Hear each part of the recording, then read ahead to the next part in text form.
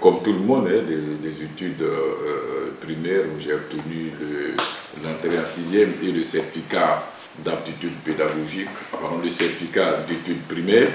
Bon. Et nous avons fait le lycée classique de Cocody, où nous avons obtenu notre baccalauréat série D. À l'époque, on l'appelait sciences de la nature et sciences expérimentales. À la suite de quoi nous avons été affectés, du moins orientés à l'université de Cocody. Ça s'appelait ainsi à l'époque. Aujourd'hui, on parle d'université Félix Houphouët-Boigny, où j'ai obtenu une licence et ensuite une maîtrise en psychologie. Après l'obtention de ces deux diplômes, nous avons eu la chance de poursuivre nos études à l'extérieur du pays, précisément au Québec, dans la Confédération canadienne, encore plus précisément à l'Université de Montréal, où nous avons, après 5 ans d'études acharnées, nous avons soutenu une thèse en sciences de l'éducation au département d'études en éducation et d'administration de ce parcours sanctionné par une thèse, un PhD comme l'appellent les anglo-saxons. Nous avons été recrutés à l'IPNET où nous avons fait nos classes depuis simple enseignant jusqu'à directeur général.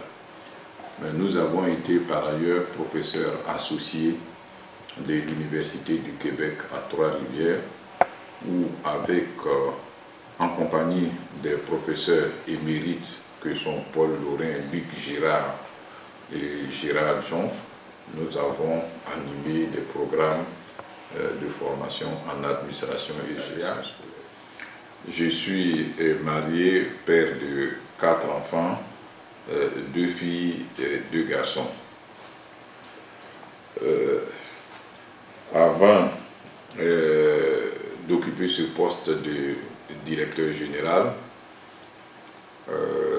nous étions d'abord enseignants, puis responsabilisés au poste de directeur de l'école de formation initiale et continue de cette institution qu'est l'IPNET.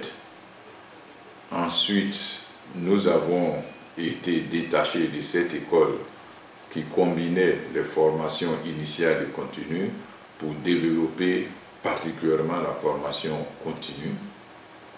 On supposait que les deux écoles étant réunies, elles éprouvaient des difficultés de s'épanouir totalement. Alors j'ai été appelé à développer la direction de la formation continue. Après avoir exercé à ce poste pendant environ 7 ans, nous avons été promus secrétaire général.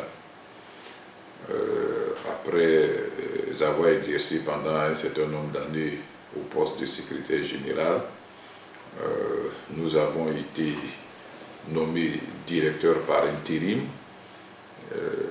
L'intérim que nous avons conduit pendant 1 an et demi avant d'être confirmé précisément le 30 novembre 2016, directeur général.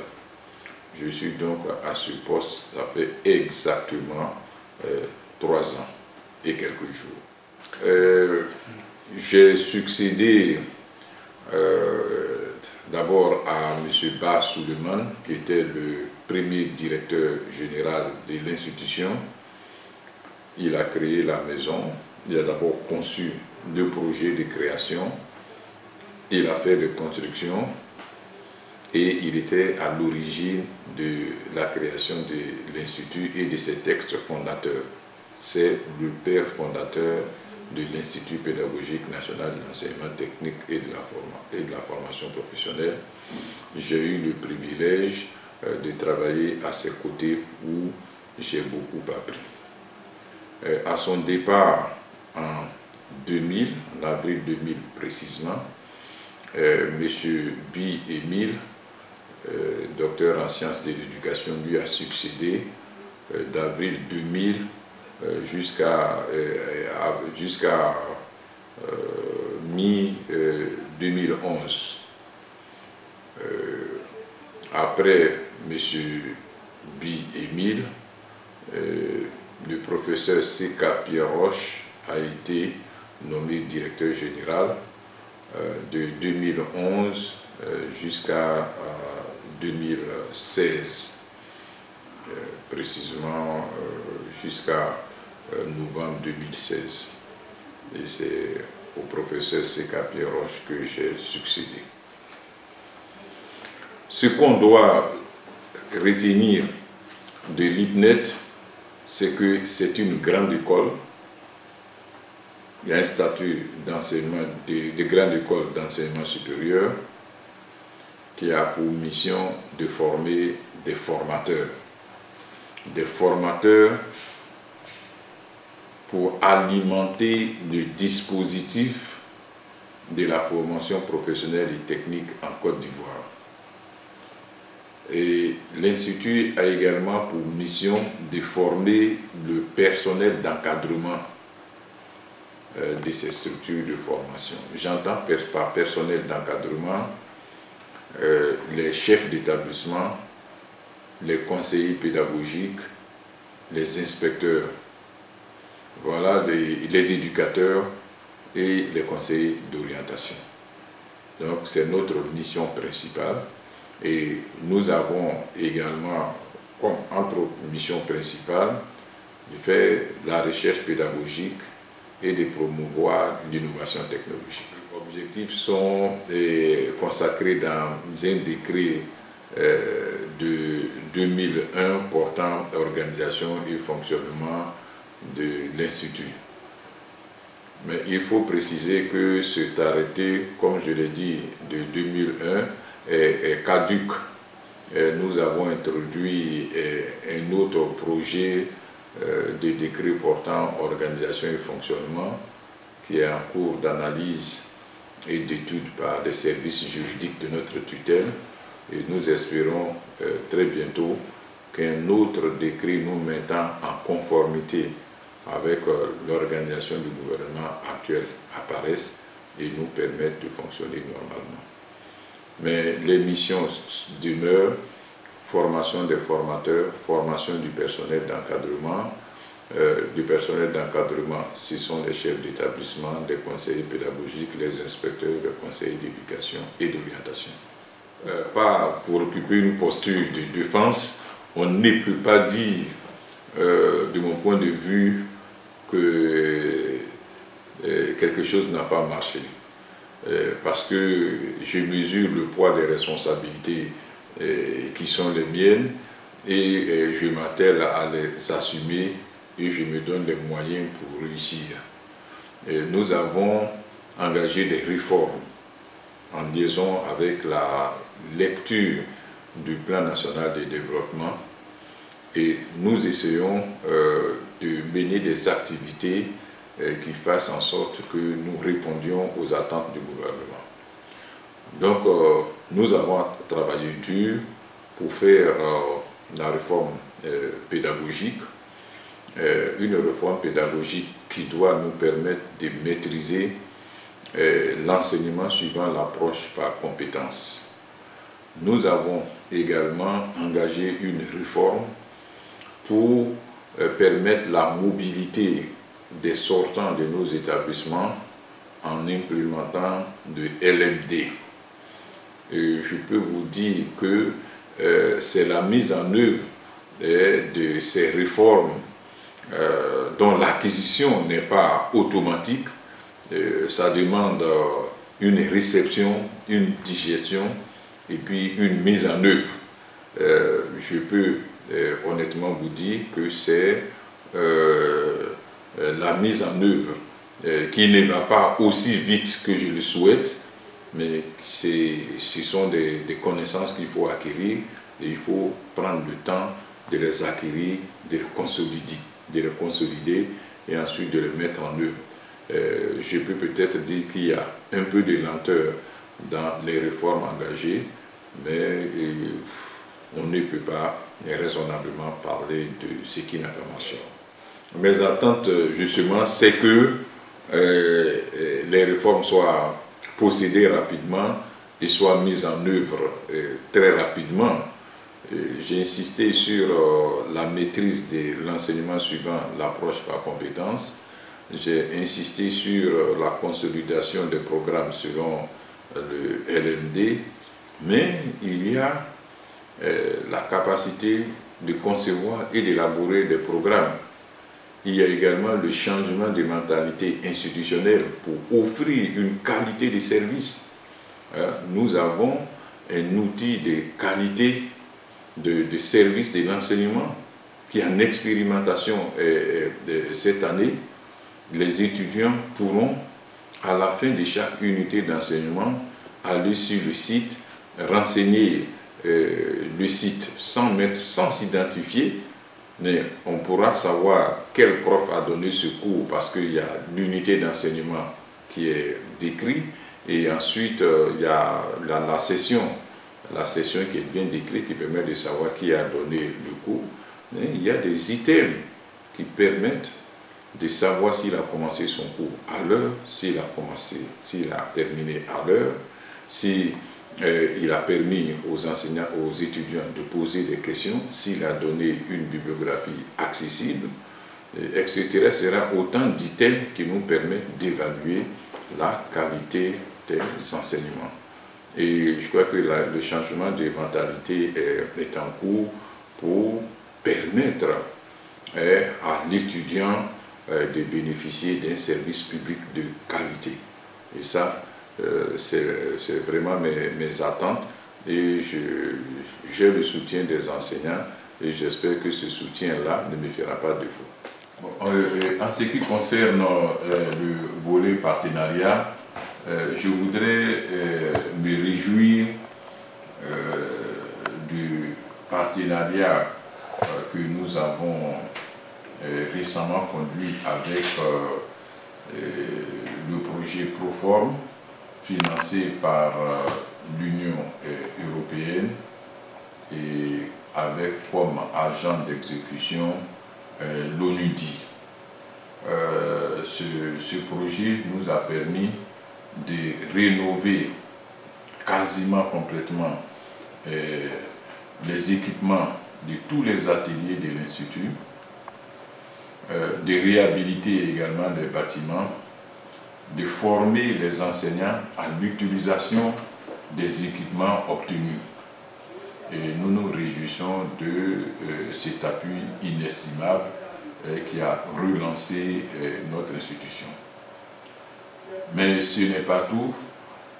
Nous avons encore besoin d'aller plus loin pour soutenir les efforts du gouvernement et des apports, des partenariats seront encore bienvenus, notamment pour nous booster sur la conception et l'élaboration de programmes. Vous savez, notre pays veut devenir émergent et c'est légitime. Mais l'émergence rime avec la diversification de l'économie. Et donc chaque fois que des secteurs se créent et qu'il y a des métiers, il faut concevoir et élaborer des programmes pour qu'il y ait productivité et rentabilité. Et donc un partenariat dans le sens d'accroître les capacités des enseignants à concevoir et à élaborer des projets serait bienvenu. Dans tous les cas, nous sommes en pourparlers avec le CEMEC du Québec. À l'intérieur du pays, nous travaillons avec la GIZ pour nous aider à adresser également cette question. Et nous avons depuis peu la responsabilité de former des formateurs dans les métiers de l'agriculture. Nous avons également un appui de la BADEA et avec ces différents appuis, nous sommes quasiment assurés de pouvoir être en mesure de concevoir et d'élaborer des programmes pour différents métiers. Ici, vous avez le prix de reconnaissance décerné à l'IPNET par la Jeune Chambre internationale. C'est que nous avons permis à cette ONG qui forme la jeunesse d'utiliser nos locaux pour ces réunions hebdomadaires. En retour, les sénateurs de très haut niveau nous délivrent quelques enseignements pour améliorer nos compétences de gestion. C'est le projet spécial de l'UNESCO pour la formation professionnelle. Et nous sommes le point focal du projet spécial de l'UNESCO pour la formation professionnelle en Côte d'Ivoire. Et cette plaque nous donne cette distinction. Une attestation pour confirmer notre soutien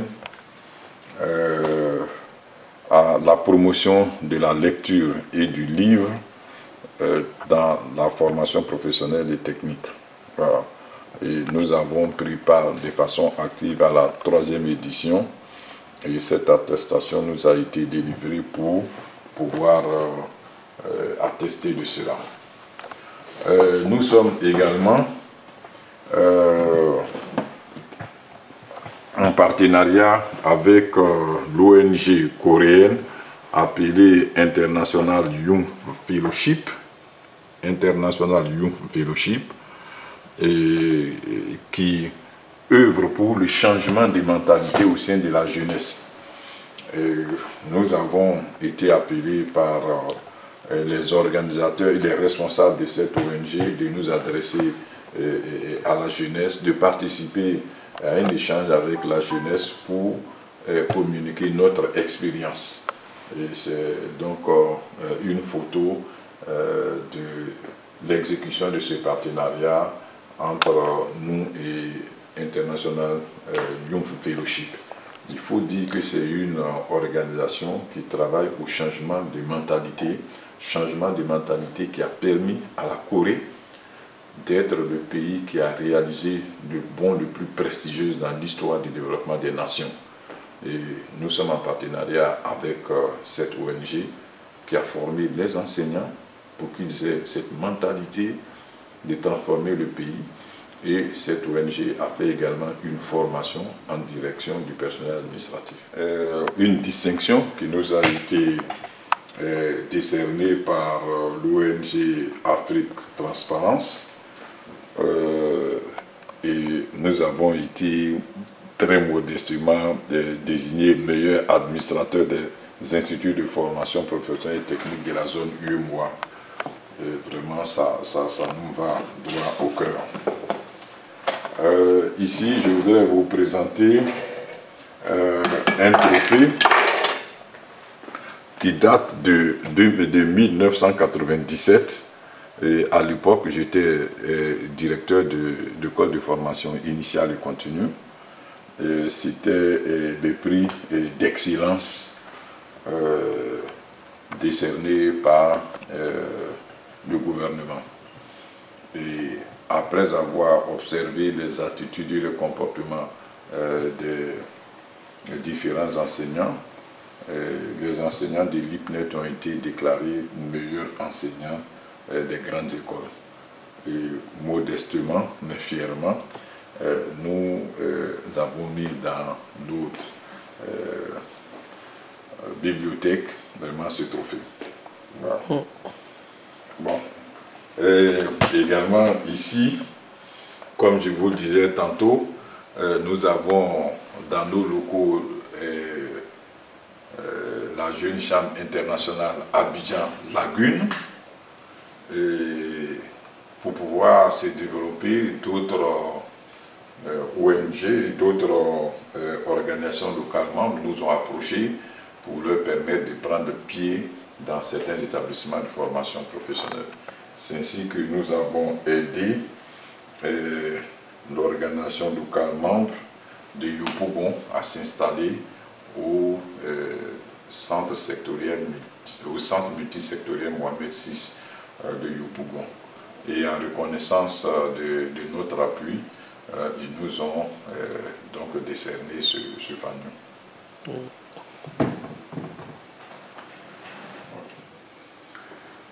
Et pour 2020, et comme tout le monde le sait, en Côte d'Ivoire, 2020 est une année électorale.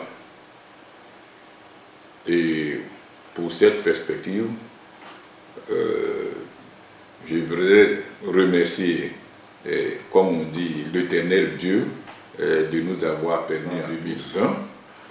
Je voudrais dire, je remercie l'Éternel Dieu de nous avoir permis de voir non seulement le troisième millénaire, l'année 2000, mais de voir 2 décennies à l'intérieur du troisième millénaire. C'est un moment privilégié et nous rendons grâce à Dieu. Nous souhaitons que le même éternel Dieu inspire notre président de la République, son Excellence Alassane Ouattara, pour qu'il ait la santé et la force de conduire notre pays vers l'émergence que nous sommes sur le point d'attendre avec les nombreux investissements, avec toutes les réalisations du programme social du gouvernement.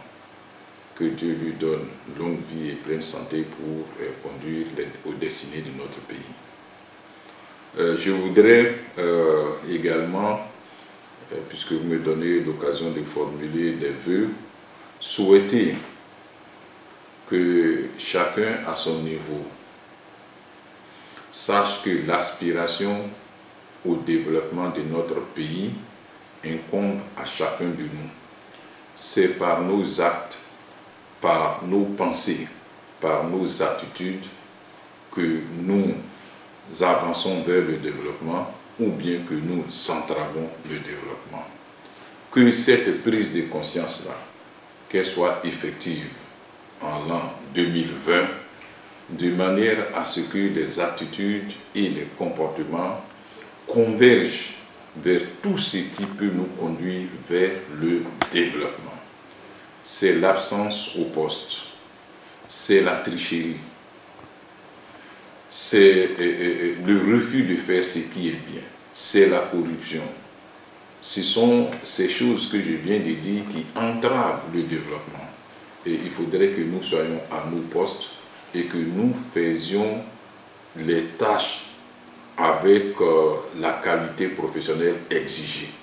C'est ce qui va faire avancer notre pays. Mon vœu, c'est que nous prenions conscience de cela. Il est très facile d'accuser les autorités, mais les autorités font les meilleurs plans stratégiques possibles. Mais les acteurs opérationnels que nous sommes, il nous appartient de poser des actes qui vont nous conduire au développement. Et mon vœu le plus cher, c'est que nous puissions prendre conscience de cet enjeu et poser les actes professionnels pour que notre pays avance.